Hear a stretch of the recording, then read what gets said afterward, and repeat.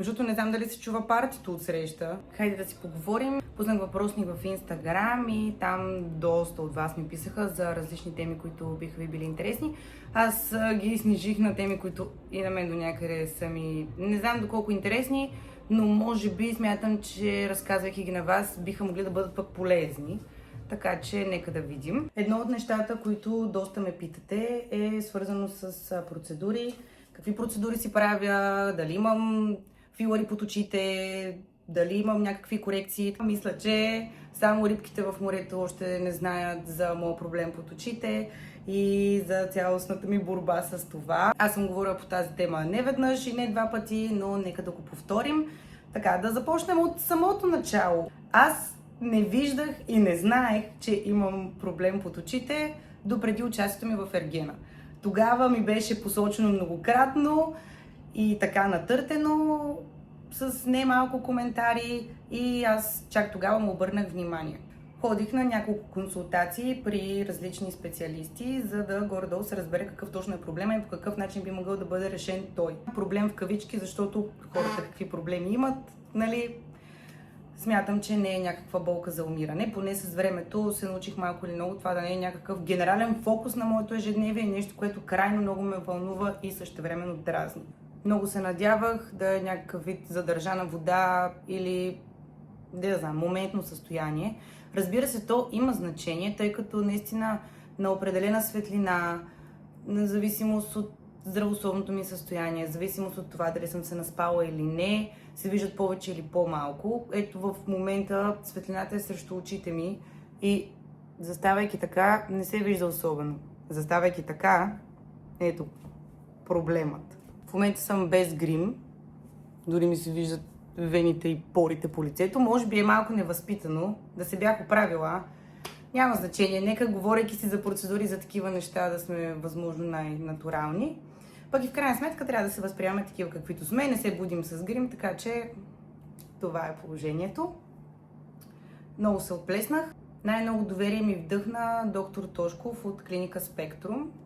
Това не е платена реклама по никакъв начин. Той от самото начало ми каза, че това, което трябва да се случи при мен е операция, тъй като това са масни натрупвания. Дори ми го показа последния начин. Когато се натиска леко окото и отдолу, не знам дали ви прави впечатление, така самата издутина се повдига. Всъщност не е задържана вода, ами е мазнина, която може да се отстрани само оперативно. В началото изключително много се стреснах. Разбира се, попитах и за някакви други варианти. Той ми каза, че може да опитаме с едно или две неща, но не може да ми даде такава гаранция, какъвто би бил резултата след долна блефаропластика. Едната процедура, която си правих 3 пъти, се казва Реджуран. Тя представлява инжектиране на вещество от сьомга подкожно. Първият път след Реджурана, така като че ли самата ми кожа леко се освежи. Аз лично не знам дали защото си втълпявах, но виждах някакъв вид промяна. Но вече след третата процедура, малко или много видях, че ми няма да го бъде. След това направихме нещо друго, а именно Агнес, което представлява множество обождания с фини игли, които подкожно тупат мазнината. Трябваше за здравителния ми период да бъде нещо от сорта на 10 дена, но както винаги в моят живот нищо не става по плани, както би било очаквано. Аз се възстановявах сигурно месец и половина. Бях изключително синя, изключително подута, даже мисля, че и вдигнах температура, но това е просто моето тяло, реагирайки на тази процедура, понеже смятам, че по това време имах и доста здравословни проблеми. Нека да бъдем честни, аз имам този късмет, че ако нещо трябва да бъде лесно, няма да е, а ако трябва да бъде сложно, ще бъде в пъти по-сложно. Както и да е, не съжалявам за направата на тези процедури, тъй като наистина се убедих, че освен оперативно, по друг начин няма да се случи. Реших да си дам малко време след тези процедури, тъй като мисля, че и самата ми кожа вече беше раздразнена от това, на което беше подложена. Но напредвайки във времето, малко или много започнах да се отказвам, тъй като страх ме. Абсолютно ме е страх. Не само за начина, по който ще премина операцията, тъй като аз съм била оперирана един път през живота си с пълна опойка и имам чувство, че щях да умра, истински. Това беше може би един от най-трудните ми периоди. Просто някак си ме е страх дори от начина, по който ще изглеждам след това и от това дали няма да е по-зле, отколкото е в момента. Няма да е, защото самите турбички ще изчезнат, но има вероятност при издърпване на самата кожа просто малко или много да се промени, не знам, формата на очите ми или нямам идея, просто истински ме е страх. Много от вас ми писаха, че виждат разлика в начина, по който съм изглеждала предишния сезон и сегашния, но имайте предвид, че аз бях толкова наплашена от коментарите, които се изсипаха по мен предишния път, че сега носих грим абсолютно постоянно. Със ставането си слагах грим, докато миналата година може би съм си слагала грим само по коктейли. Не съм носила изобщо. Така че смятам, че малко или много това също оказва някакво влияние. А и пак казвам, светлината. Светлината също е много ключова за това как изглеждам, защото просто има значение. Има хора, които изглеждат прекрасно на всякаква светлина, но аз лично не съм от тези хора. Завиждам им искрено. Не мога да кажа нещо хубаво за вас, просто защото съм злобна. И другата причина да изглеждам по-добре е, че непосредствено преди да влезна втория път си сложих ботокс в челото и малко хиалурон в устата. От тогава не съм го повтаряла, може би вече е време. Но то така ли, че не беше сложено в някакво огромно количество, понеже аз държах все пак да мога да имам човешки мимики и жестове, нали? Да не съм чисто така. Но да, за момента не си правя никакви процедури по лицето. Дори не съм ходила скоро време и на почистване. Това не знам дали трябваше да го казвам. Може би не. Казах го. Даже сега ще използвам момента да ви попитам да ми препоръчате на какво почистване на лице ходите вие, тъй като аз ходя на това old school стандартното, което е с ръце, стискане и така нататък почистване. Пък доколкото знам, така вече има доста по-иновативни начини. Така че да, отворена съм на съвети. Със сигурност трябва да се грижим за кожата си. Аз това, което всъщност правя, е да си почиствам лицето и да си слагам крем.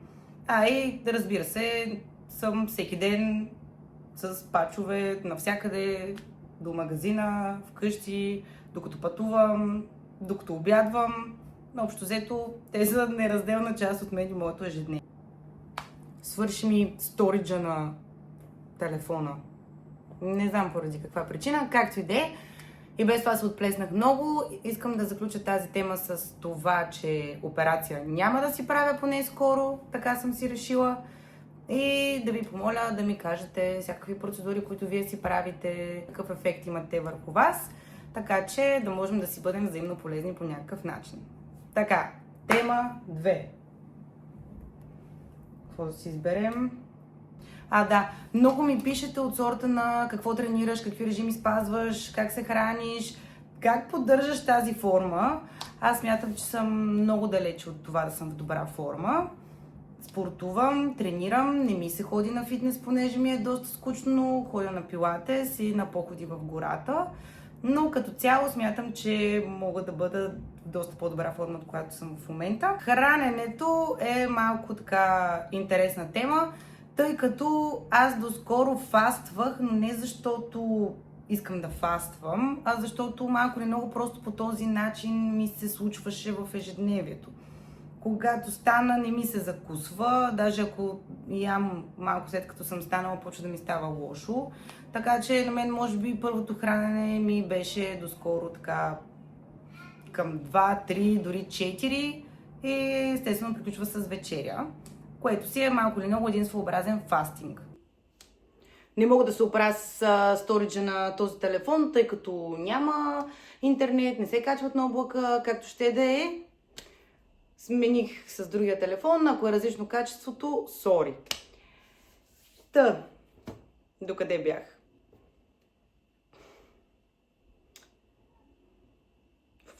Така.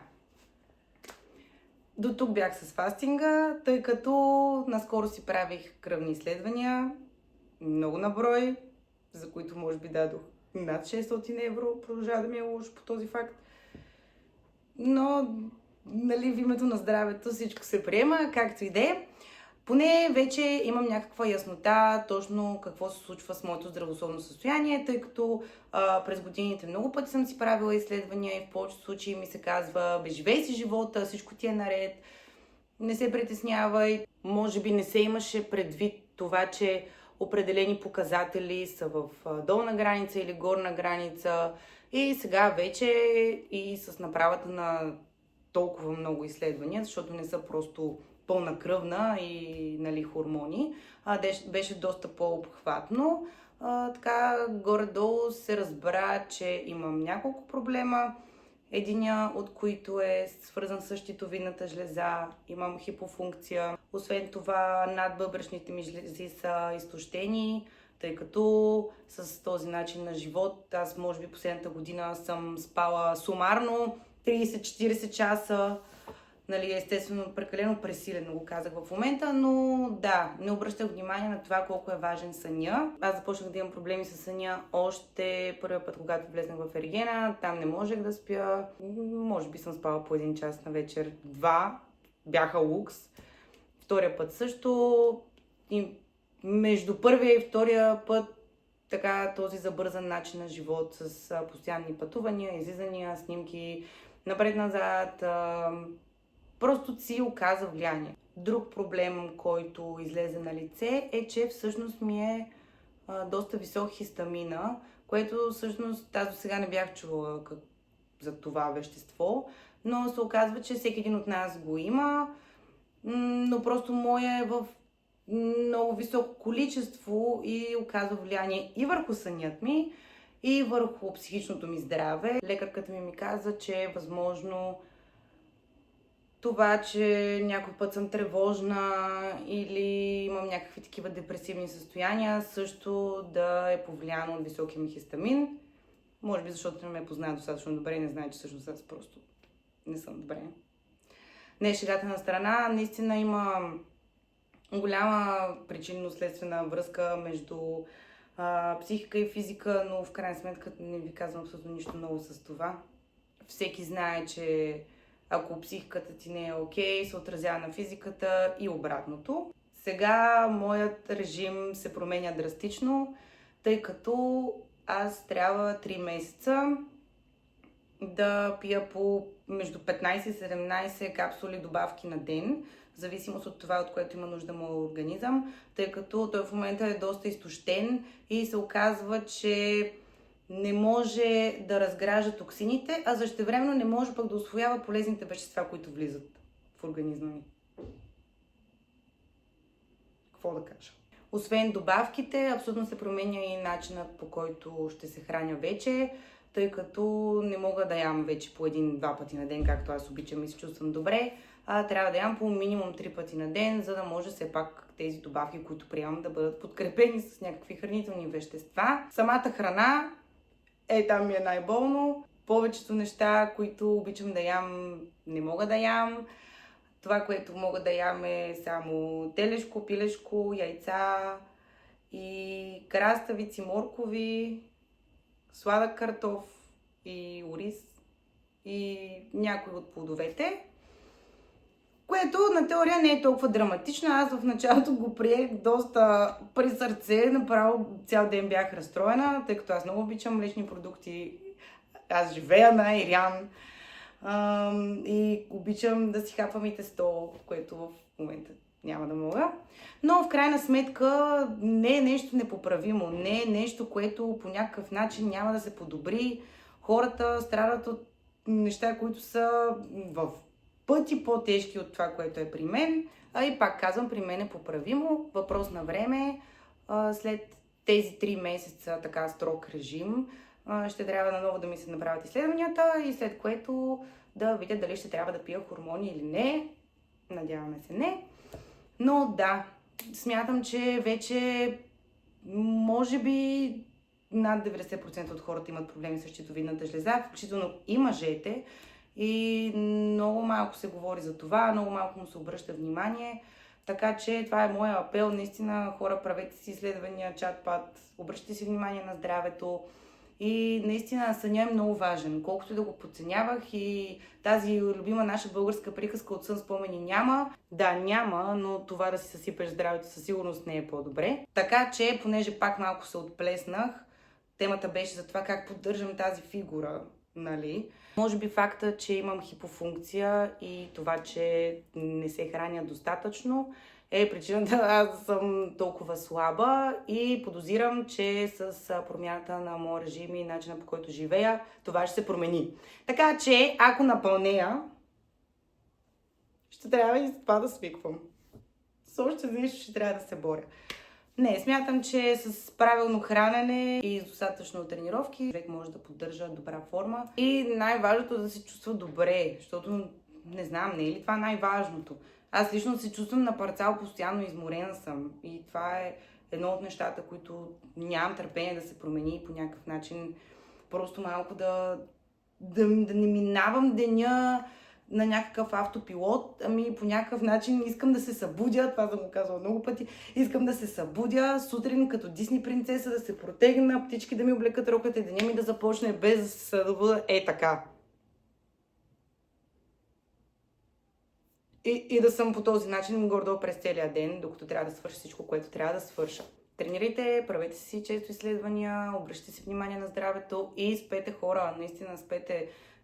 Колкото и клиширано да звучи, съня е едно от най-важните неща. Даже смятам, че може би е по-важно и от храненето, но кой съм аз, че да кажа?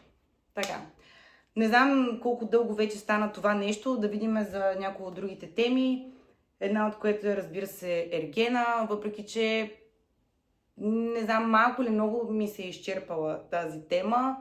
Но ако държите, нека пък да я разгледаме. Може, след като е минало толкова много време, така малко да е полегнало и да имам друг поглед на нещата. Просто няколко пъти ми е написано ергена и за да не говоря просто за ергена, ще се радвам да ми напишете точно какви неща ви вълнуват, свързани с това любимо мое предаване. Друга тема, която много често ми задавате, е свързана с кино, актьорско майсторство, кои са ми любими филми, как съм започнала с актьорското майсторство.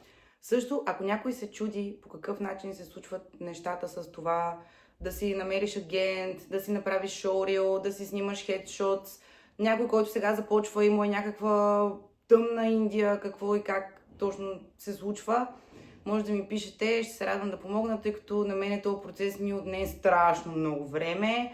Много ми беше сложно, докато разбера всичко точно как се случва и може би ще да ми е изключително по-лесно, ако някой ми го беше казал така както в момента вече е структурирано в главата ми. Не знам, ако на някой мога да помогна с нещо подобно, ще се радвам и винаги ще се радвам да си говорим за кино и за актьорско майсторство. Напишете ми, за да продължим от тук на някъде или пък да спрем до тук. Така да видим на къде ще тръгне. Bye!